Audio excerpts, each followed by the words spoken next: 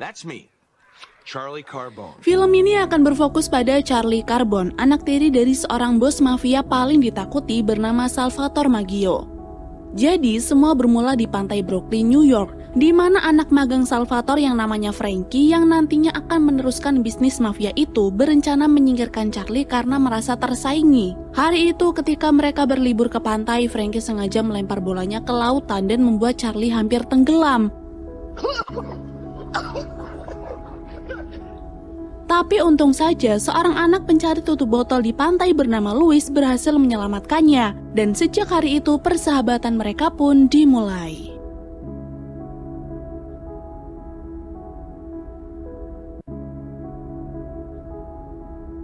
20 tahun kemudian, Charlie menjalankan usahanya sendiri yaitu salon kecantikan. Walaupun tidak ikut bergabung dengan bisnis ayahnya, tapi bukan berarti Salvatore ini diam aja. Hampir tiap minggu dia datang ke salon untuk mengambil 80% keuntungan dari salon tersebut.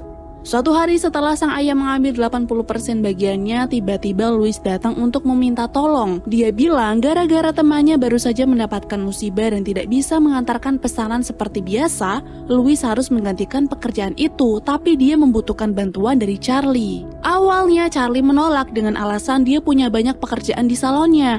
Tapi karena Louis ini terus-menerus membujuknya dan sesekali mengungkit masa lalu di mana Charlie pernah ditolong saat tenggelam, akhirnya dia pun terpaksa menuruti permintaan itu.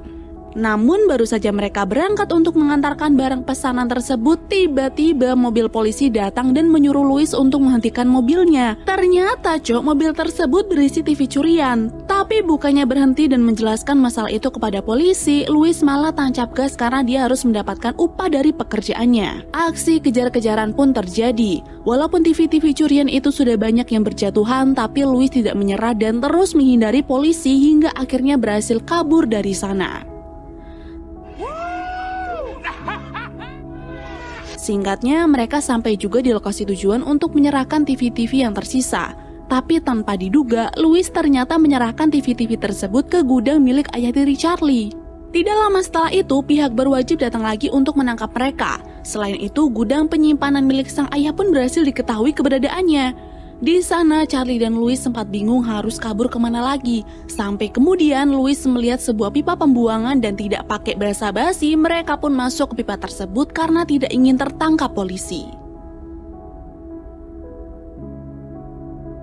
Singkat cerita, berita mengenai tersitanya gudang berisi barang curian terbesar itu pun diketahui juga oleh Salvatore. Ketua mafia itu sangat kecewa dan marah kepada Louis dan Charlie.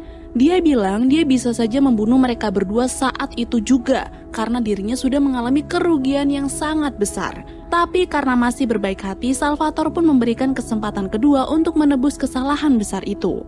Di bawah instruksi dari Frankie, mereka berdua diperintahkan untuk mengantarkan paket ke seseorang yang bernama Mr. Smith di Coober Pedy, Australia.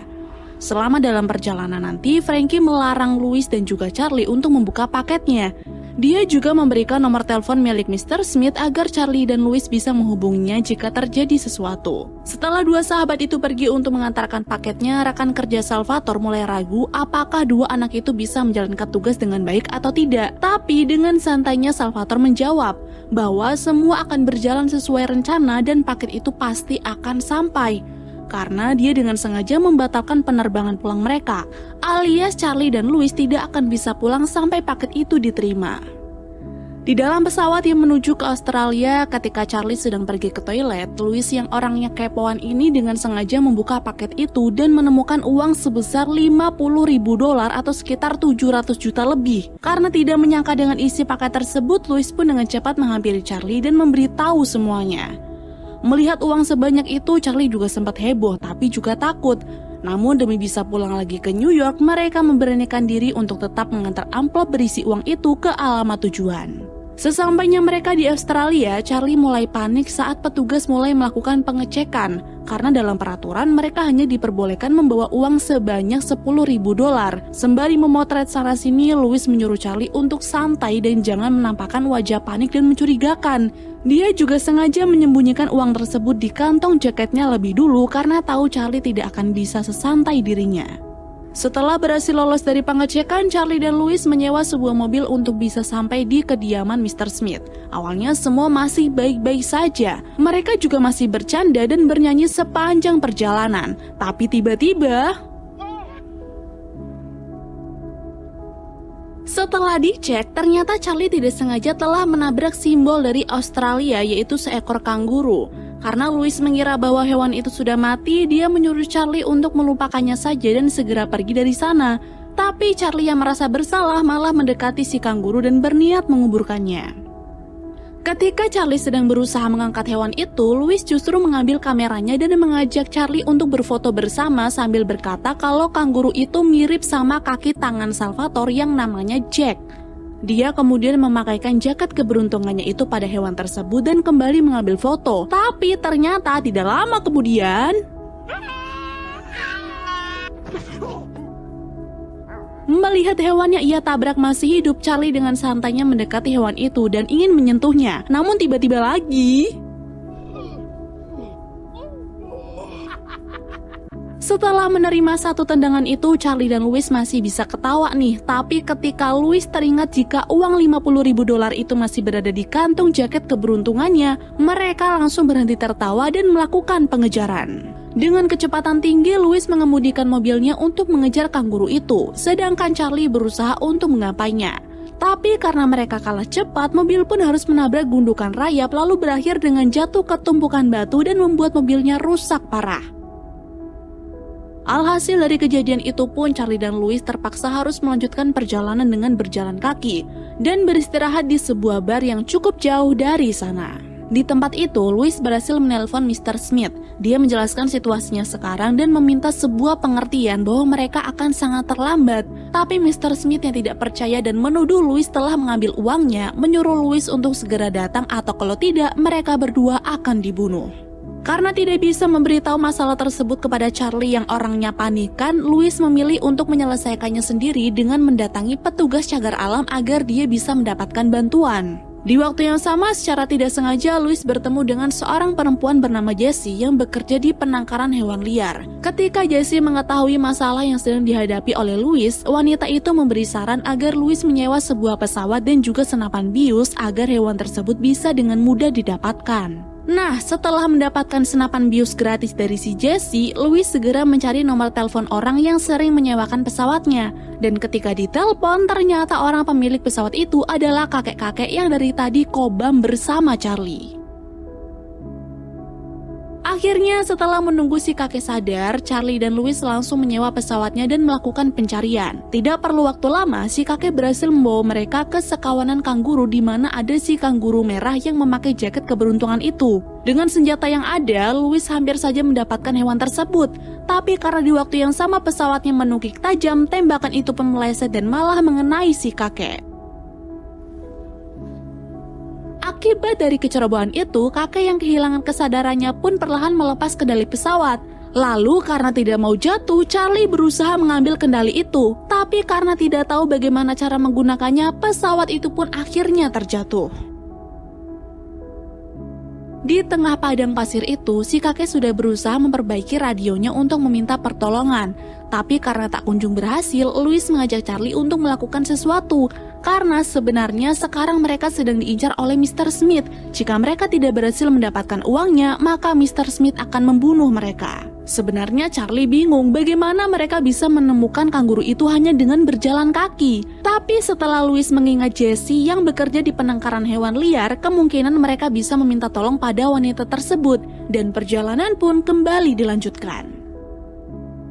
Belum lama mereka berjalan, tiba-tiba sekawanan anjing liar mendekati Charlie dan Louis. Awalnya Louis sudah ketakutan, tapi beberapa saat kemudian anjing-anjing itu pergi yang ternyata mereka menghindari sebuah badai pasir yang tiba-tiba datang. Untunglah dari kejadian itu mereka masih bisa bertahan dan kembali melanjutkan perjalanan. Tapi karena sudah berjam-jam mereka berjalan dan tak menemukan apa-apa, Charlie mulai mengalami halusinasi dengan berhayal menemukan mobil jeep. Setelah Charlie, kini gantian Louis. Dia pikir wanita yang sedang menuju ke arahnya adalah sebuah fata morgana. Charlie yang berpikiran sama pun segera menghampiri si wanita yang tak lain adalah Jessie dan langsung maknyul si bangsat. Tapi kemudian inilah yang terjadi.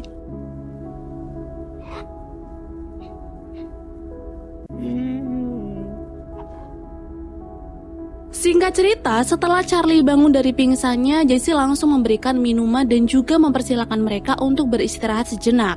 Tapi karena Charlie sangat membutuhkan bantuan, dia mencoba meminta tolong kepada Jessie untuk mencarikan kanguru itu. Awalnya Jessie menolak dengan alasan dia harus kembali ke penangkaran. Tapi setelah Charlie menawarinya sebuah imbalan sebesar $2.000, Jessie langsung setuju dan akan memulai pencarian itu esok hari. Di malam yang sama, Mr. Smith yang curiga kalau uangnya sudah dicuri oleh Charlie dan juga Louis mulai melakukan pencarian dengan antek-anteknya. Dia juga memaksa si kakek untuk membantunya mencari dua sekawan itu, dan karena takut dibunuh, si kakek pun langsung mengiyakan permintaan tersebut. Di keesokan harinya, Charlie, Jessie, dan Louis memulai perjalanan mereka dengan menaiki unta yang dibawa oleh Jessie. Karena situasinya masih musim kemarau saat itu, Jessie berpikir jika para kanguru pasti sedang menuju ke sumber mata air dan yang paling dekat adalah sungai Todd. Di sisi lain, Salvatore yang sudah tahu akan masalah hilangnya uang itu menyuruh Frankie untuk pergi ke Australia dan menyelidiki masalah tersebut. Kini dia juga sudah sampai di Australia dan dibantu oleh seorang pemandu perjalanan, dia akan mulai mencari Charlie dan juga Louis. Kembali lagi ke Charlie dan kawan-kawan. Sesampainya mereka di Sungai Todd dan melihat begitu banyaknya kanguru berada di sana, Jessie mengajak yang lain untuk membuat beberapa perangkap. Selain itu, dia juga mengajari bagaimana cara menggunakannya.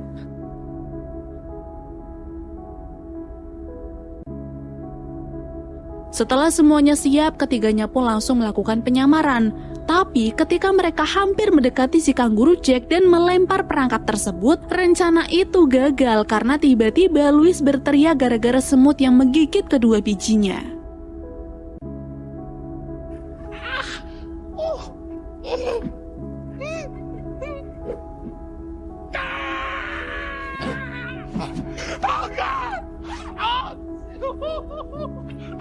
Lalu karena hari sudah mulai gelap, Jessie menghentikan pencarian ini dan memutuskan untuk melanjutkannya esok hari. Dia kemudian mandi di sungai dan disusul oleh Charlie. Ternyata selama perjalanan ini Charlie mulai tertarik dengan Jessie. Dia juga sudah berusaha untuk mengungkapkan perasaannya. Namun sayang, cintanya harus bertepuk sebelah tangan karena Jessie mengaku tidak memiliki perasaan yang sama. Di hari berikutnya ketika mereka sedang tertidur pulas, tiba-tiba saja Mr. Smith dan antek-anteknya datang. Di sana Mr. Smith belum percaya jika uang itu tidak sengaja dibawa oleh seekor kanguru. Tapi setelah mengecek barang bawaan mereka, Mr. Smith pun baru mempercayainya. Melihat situasi itu sedang tidak aman, Jessie langsung minta penjelasan dan Louis menjawab kalau sekarang mereka sedang dalam masalah dengan seorang mafia. Louis dan Charlie meminta maaf karena tidak memberitahu masalah itu sejak awal, karena mereka pikir kanguru itu akan segera ditemukan dan nanti masalah akan selesai. Karena kini uangnya sudah dibawa pergi oleh seekor kanguru, Mr. Smith awalnya berniat membunuh ketiganya, tapi Jessie langsung memberikan penawaran dengan akan membantu mencarikan kanguru itu, tapi dengan syarat mereka harus dibebaskan. Mendengar tawaran itu, Mr. Smith menyetujuinya, tapi dia hanya akan pergi dengan Jessie, sedangkan Charlie dan Louis dibawa ke tempat lain yang bernama Canyon Kings. Ternyata Mr. Smith sengaja memisahkan Jessie dengan dua sahabat itu karena dia memiliki misi untuk membunuh Charlie dan Louis. Tapi karena Charlie sudah menduganya, dia menyuruh Louis untuk mengambil gunting salon yang selalu dia bawa di kantongnya untuk memotong tali itu, lalu menyusun rencana untuk melakukan perlawanan.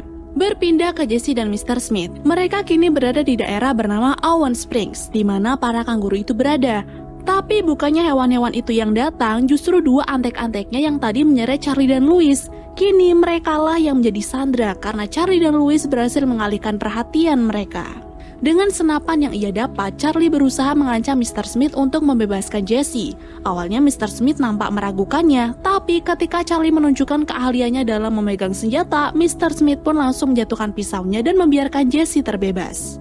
Tidak lama kemudian, Frankie tiba setelah mendapatkan beberapa informasi yang ia dapat dari si pemandu wisata. Melihat keluarganya itu datang, Charlie pikir Frankie akan menyelamatkannya. Tapi ternyata tidak, Cok. Gara-gara kabar hilangnya uang itu, Salvatore menyuruh Frankie untuk membunuh Charlie dan Louis sebagai hukumannya. Namun, ketika Frankie akan membunuh Charlie, Mr. Smith yang merasa dirugikan tiba-tiba mengajak Frankie untuk berkelahi. Kesempatan itu pun digunakan oleh Charlie, Jesse, dan juga Louis untuk kabur dan mengejar si kanguru Jack. Dua aksi kejaran-kejaran pun terjadi di saat yang bersamaan. Sambil mengejar si kanguru, Charlie dan kawan-kawan berusaha menghindari kejaran Frankie dan anak buahnya. Untunglah gara-gara jalan yang sempit mereka bisa lolos dengan mudah lalu kembali mengejar kanguru Jack yang sudah mulai jauh. Di sini Louis lah yang berhasil mendapatkan uangnya, tapi karena saking fokus mengejar si kanguru, Louis tidak melihat ada jurang di depan sana. Melihat temannya itu hampir celaka, Charlie berusaha mengulurkan tangannya, tapi karena gagal, Charlie menggunakan ikat pinggang miliknya yang kemudian disambungkan dengan ikat pinggang milik Jesse sampai Louis pun berhasil diselamatkan. Tapi belum sempat mereka bernafas lega, Frankie datang lagi sambil menodongkan pistolnya.